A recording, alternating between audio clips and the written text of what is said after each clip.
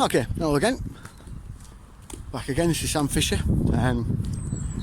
It's a video that'll be back on track, continuing the history behind, the reality behind the Legion Saga. I'm going to continue Ancient Man. I hope you've done your homework. I'm trusting that you have this time. Hands up. Hands up. You lot at the back, always, you lot at the back, you always do it. Good lads. You lot at the front, always messing about, that's why you're at the front.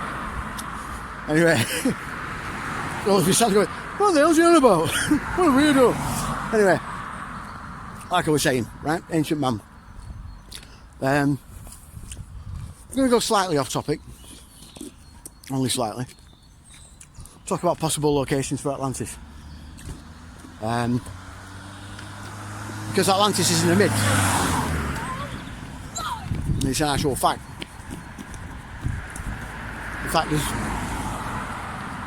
there's every indication that we've probably found it. It's just not where people expected. People are looking into the Atlantic, looking far and wide under the water, thinking it was off the coast of Cuba, and thinking it was in Spain of all places. Santorini was the most ridiculous one. I mean, yeah, it blew up. Yeah, it killed the Minoans, but the Minoans weren't the Atlanteans. Antarctica was one of the more plausible as well. But then something turned up in the late 2000s. Blew everyone away. There's a site, a place in Africa that was discovered from seeing it from space, known as the Eye of the Sahara or Eye of Africa, because it looks literally like an eye. It's also 400 miles inland in a country called Mauritania. It's one of the reasons why a lot of people dismiss it. But when you read the Critias and Timaeus by Plato, actually read this description, actually look into the dimensions and everything.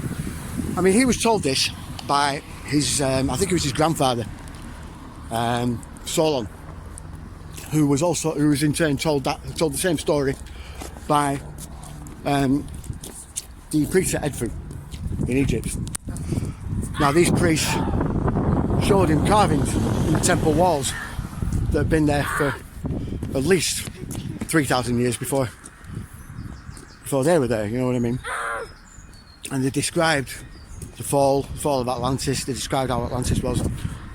They passed this knowledge on to Solon, who was on a sort of journey of self-discovery, if you will. And he in turn passed on the story to Plato, who then passed it on to us, using it as an allegory for democracy and the misuse and abuse of power. Very, very good story. This is one reason why. Another reason why a lot of people sort of dismiss it as a myth. The thing is, the recap. Right, Atlantis. Its description was the main capital city was consisted of 3 rings, concentric rings: land, sea, land, sea, land. That stretched had a diameter of about 23 kilometres. To its north was cliffs with gigantic waterfalls that were fed by 4 rivers. To its south was a vast plain covering hundreds of miles. It was just completely flat. And at the end of there was another series of cliffs that dropped down into the sea. Now, when you look at the recap, what are you aiming at? Well, yeah, we're on the road, so there will be cars. Anyway, goes on. So yeah, there was a series of cliffs that dropped down into the sea. Now, the reason why Mauritania has been overlooked, or at least a recap anyway, well, good job. It's the fact that, unfortunately, it lies 400 miles inland. So most people dismiss it because of this, because it lies 400 miles inland. Fair enough. But when you when you factor in the theory called crustal displacement theory, and also consider quite a lot of very old maps that clearly show the body of water. So that, well, cutting Africa in two, basically. You have to start asking a few questions. Come on, we'll go this way. What? You have to start asking questions. I mean, even Herodotus, who's basically famed as the father of history. He's got maps, he's drawn maps that clearly show a body of water underneath the Sahara. Now, the way crustal displacement theory works is that when it can be triggered by a massive earthquake, by super volcanic eruption, by numerous forces can set it off. Comet strike, you name it. What? Oh wow, yeah. Comet strike, meteor strike. Such of a size such as the one that would leave a crater the size of the one that they found in Greenland just recently, which is dated to around 11,500 years ago. It's funny, isn't it? That date sounds familiar, or it should sound familiar. Between 11,000 and 10,500 years ago. This is when Atlantis were meant to have fallen. This was if you believe Graham Hancock or Randall Carlson, Dr. Randall Carlson, I should say, et al., John Anthony West, all of them, they will all attest that was when an ancient global civilization, ancient technologically advanced global civilization was completely wiped off the planet. And it was when the Younger Dryas began. Younger Dryas is a period of Neolithic history when all the megafauna died. All the mammoths, all the woolly rhinos, all that, everything were wiped off the planet, and humanity was also taken to the brink. It was almost completely wiped out during this period, which was probably started by this comet strike. But anyway, I digress. The crustal displacement basically means that the Earth's crust, can be shifted, can also be popped up, boom, suddenly. Without any warning, boom, it can suddenly be like seabeds can be risen straight out of the water, bang, in the blink of an eye almost.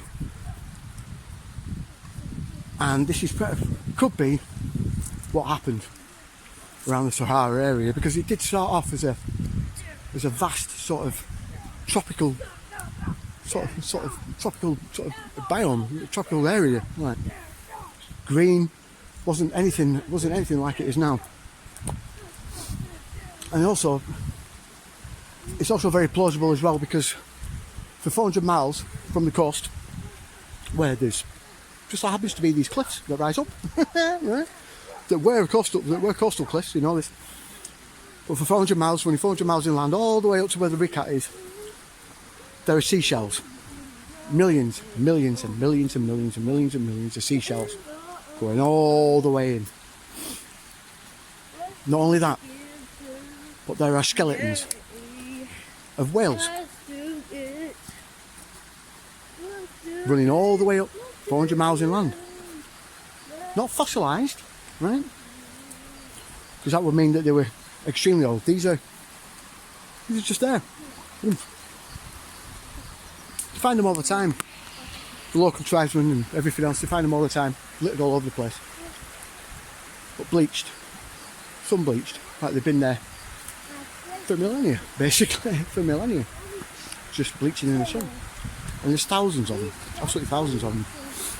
So the only way that can happen is by a sudden, very sharp, boom, pop. And seabed being lifted up. This will dramatically alter the climate. Come on, get going. Because the seawater would kill every single thing, every single living thing in that area. Couple that with a mudslide that probably happened, a mudslide, massive tidal wave. It's a very strange aspect. The local tribes, they can't dig wells there. In the whole of the country, it's very hard to dig wells there, because when they do, they find seawater coming 400 miles inland. In fact, even in the middle of the Sahara, they find seawater. It's very bizarre. There's only one truly pure source of water in the whole of that desert area, and that's in the middle of the Rikat, which is something else that Plato described. The Rikat looks like three concentric rings. But it is three concentric rings. Now, there's debate whether it was man-made or volcanic or whatever. It doesn't really matter. Even if it was volcanic, it still doesn't mean that that humans couldn't have appropriated it and made it part of their settlement. I mean, it's just perfect. They don't need to dig it themselves. You know what I mean? I don't know why they don't think this. But yeah, these three concentric rings, the diameter of which, no, get away from the edge. The diameter of which is 23 kilometres, exactly how Plato describes. See a pattern forming here?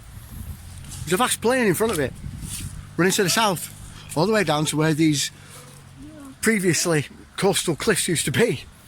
That they admit used to be coastal cliffs. A vast plain in front of it.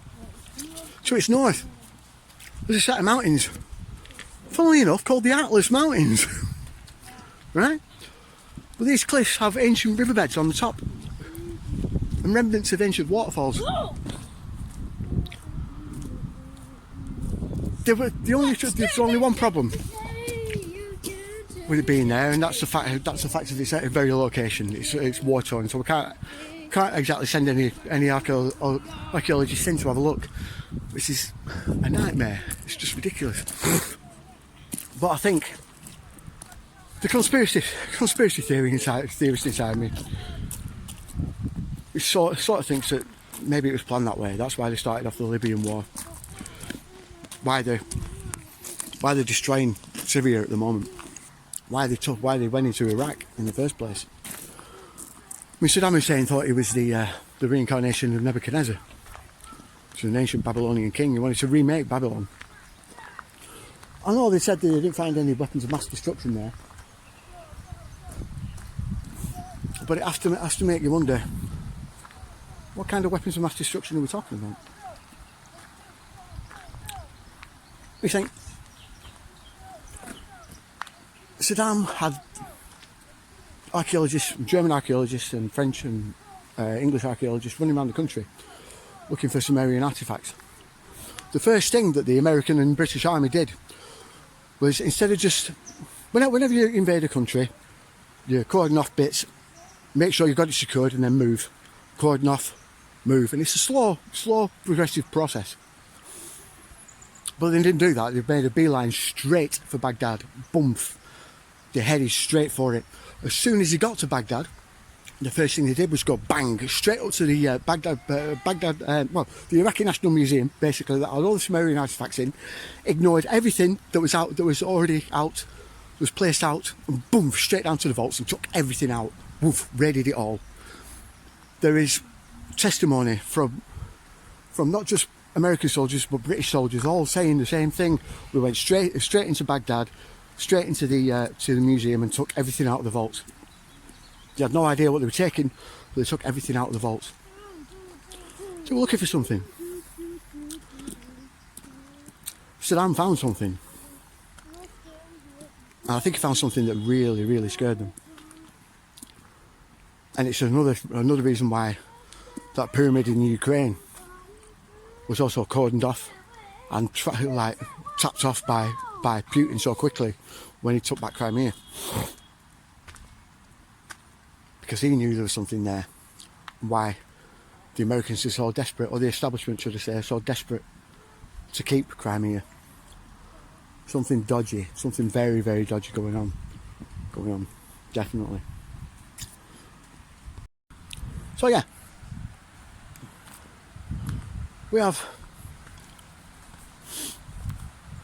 a bit of a, there's another thing as well. why would the CIA and most of the Western intelligence services be interested in ancient sites, in stuff like the Dead Sea Scrolls, ancient legends? Why would they be looking for stuff like that? Why would Hitler? Well, not Hitler. I've got a theory about Hitler. This is going to blow your mind. I don't think Hitler was in charge. And this was because of one thing, one sort of quote from one of his speeches, which was, no one is above the law. Not even the Fuhrer himself is above the law. And the Gestapo in my country is the law. Who created the Gestapo? It was Heinrich Himmler. The guy that was absolutely obsessed with the occult. Completely obsessed. He was the head of the SS and the head of the Gestapo until he handed it over to, I think it was Goering. And Mueller. Mueller took over. Yeah. So the guy that was doing all the Russia collusion commission in America, his daddy used to be the head of the Gestapo. We're all run by Nazis. I keep telling everyone this. I tell you this in the EU videos that I've already done. The world is run by a Fourth Reich. You see, contrary to popular belief, the Nazi Party never actually surrendered. The Germans did, but the Nazi regime never surrendered. And they were two separate entities. Because although the Nazi regime started off in Germany, they were a multinational sort of political organisation embedded in every country. Also very tight with the Vatican as well, along with the mafia. So when they were finally defeated, the Nazi Party scattered all over the place. A lot of them were taken in by the Americans, a lot of them were taken in by the British, because most of the most ardent Nazis worked with scientists.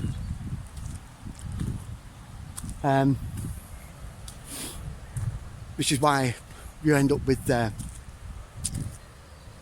with most of them setting up NASA. Most of them setting up the CIA. German scientists involved with MK Ultra. You name it.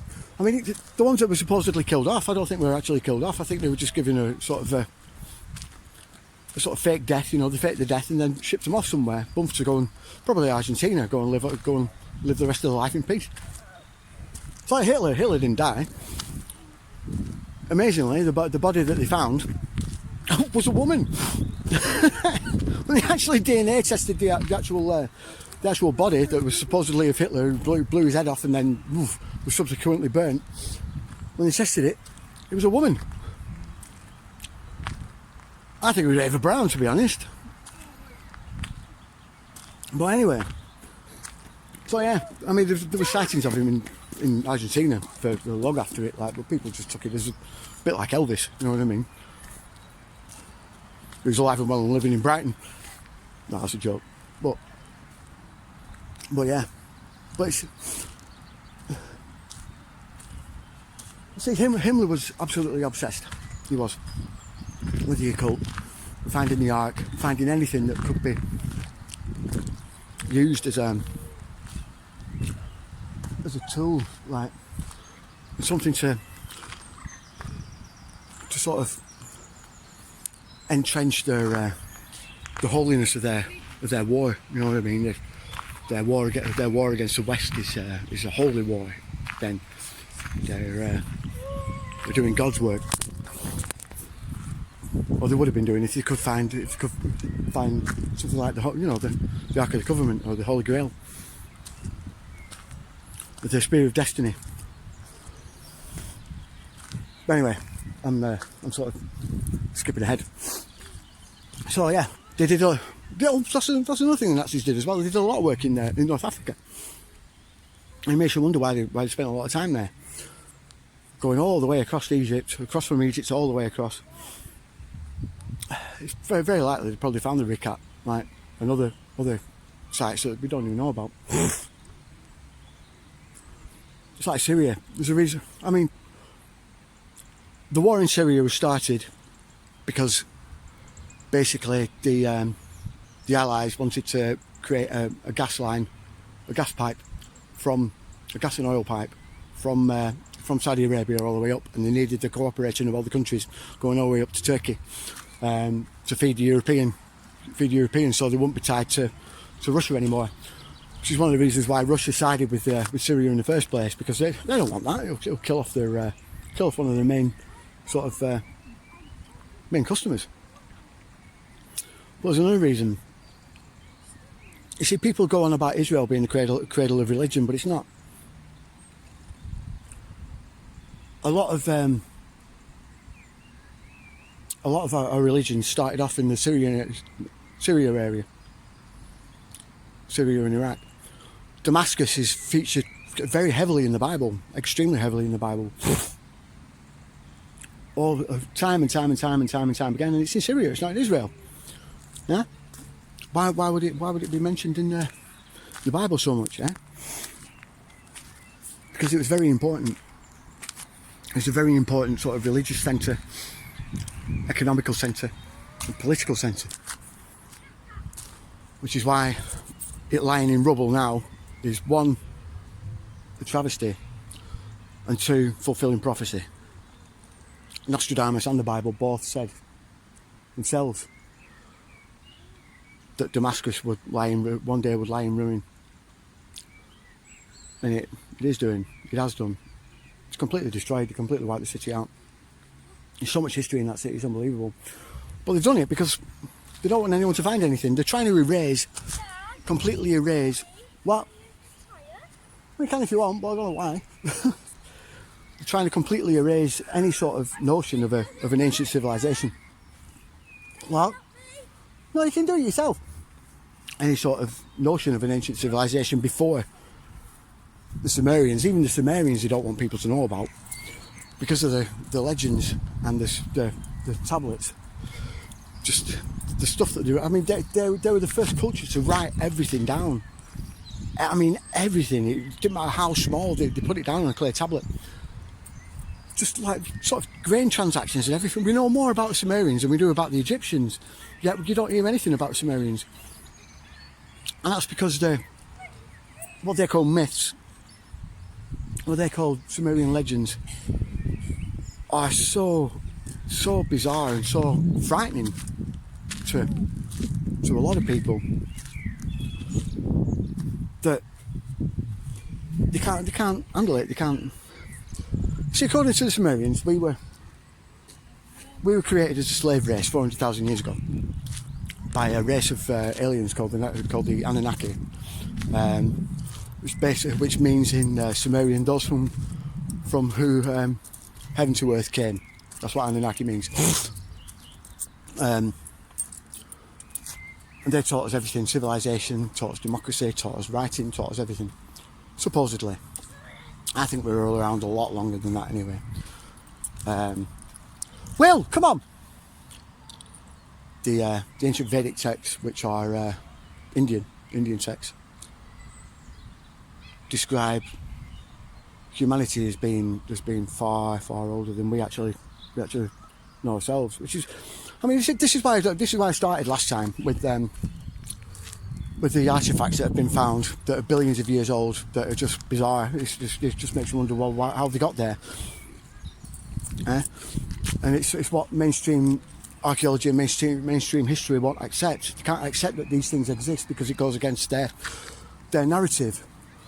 And people say to me, well, why would they suppress stuff like this? Well, think about it, right? I know this is going to be quite a shock, but it's for a purely mundane reason: money. You see, these people have written books based on their theories that are based on established theories that have also had lots of books and lots of papers written about them that are also based on further established and entrenched theories, and so on and so on and so on. And these universities that have these people on tenure, Will, come on! That have these people on tenure and get paid vast amounts of money by the government, if anything comes out that absolutely just destroys those theories, there's not just a lifetime's amount of work gone, there's generations and generations of work that is just completely debunked and completely destroyed. And then they lose everything.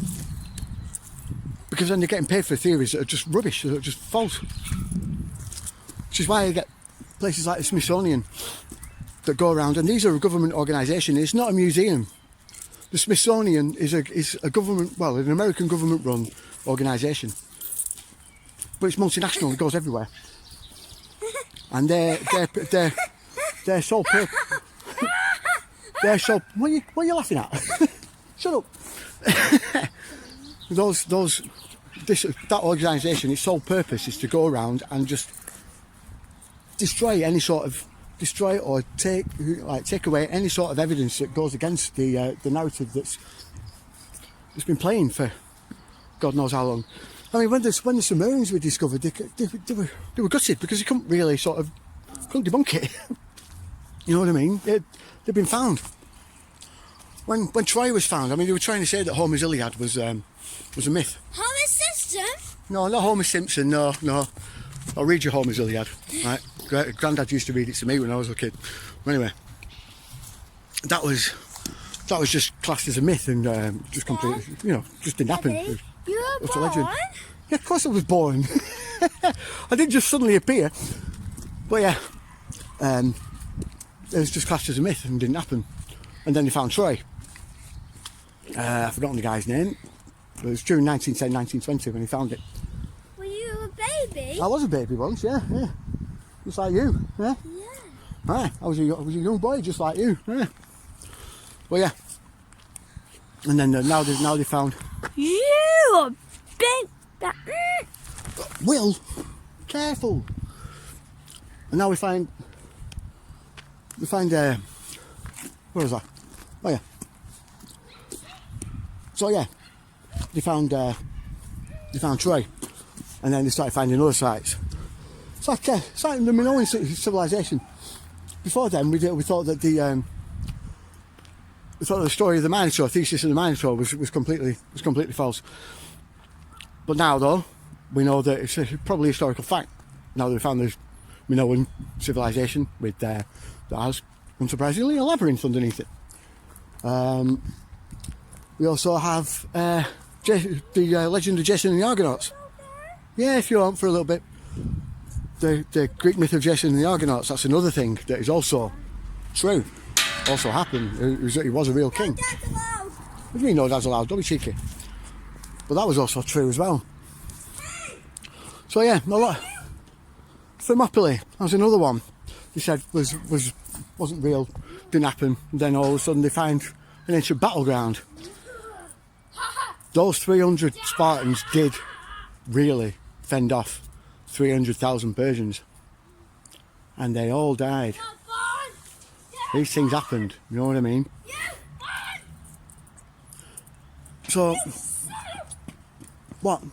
Will, give away.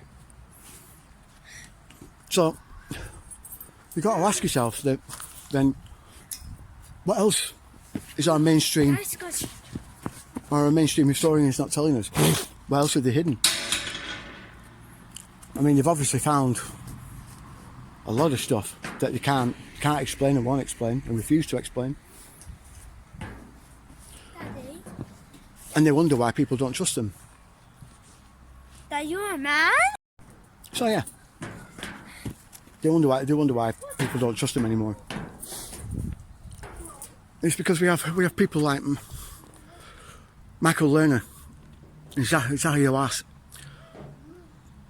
that are in charge of one of the most ancient, most mysterious and most valuable sites that there is in the world, which is the Egyptian Giza Plateau.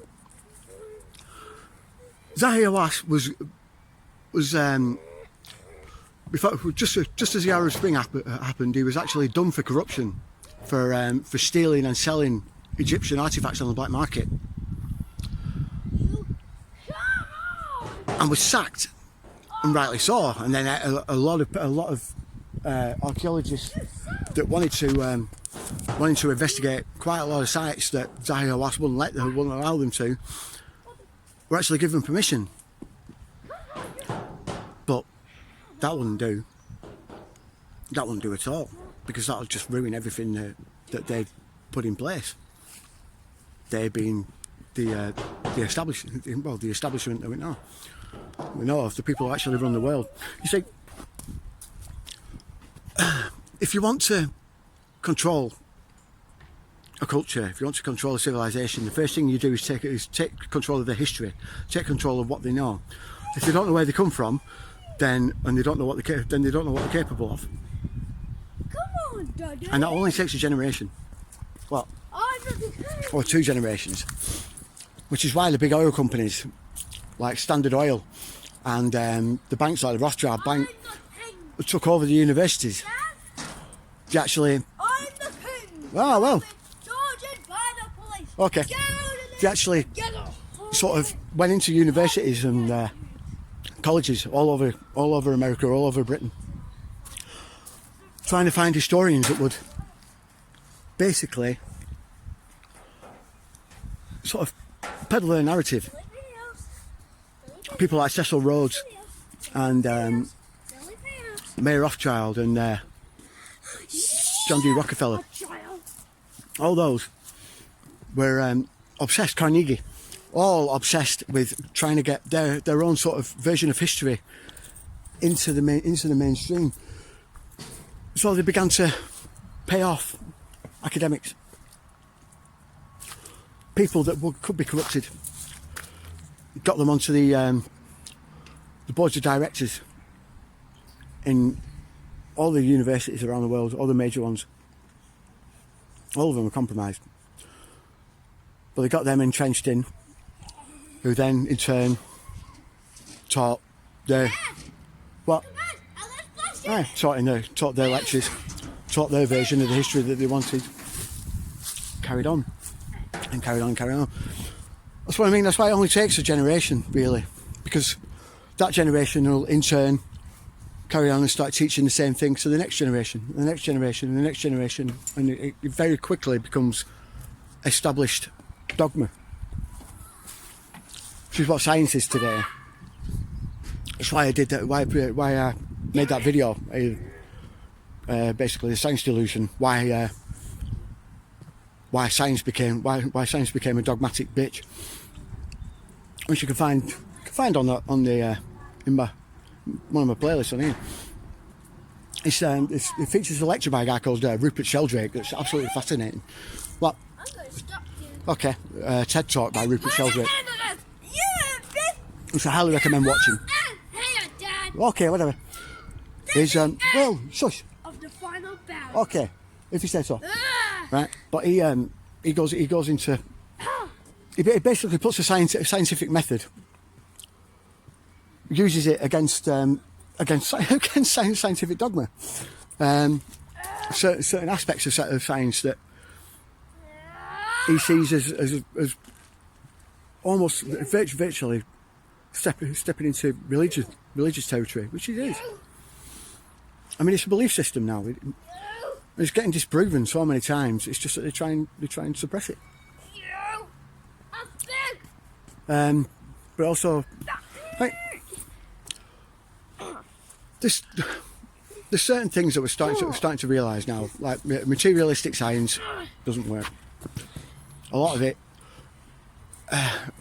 is to do like when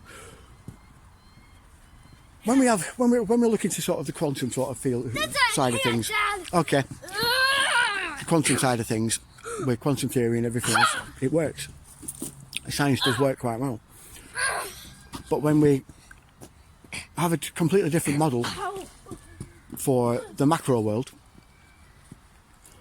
not using the same sort of idea, things start falling apart. The gravitational model doesn't work. it's more of a... Damn it. The universe actually runs on electromagnetism and plasma. And that's becoming more and more apparent with each coming day.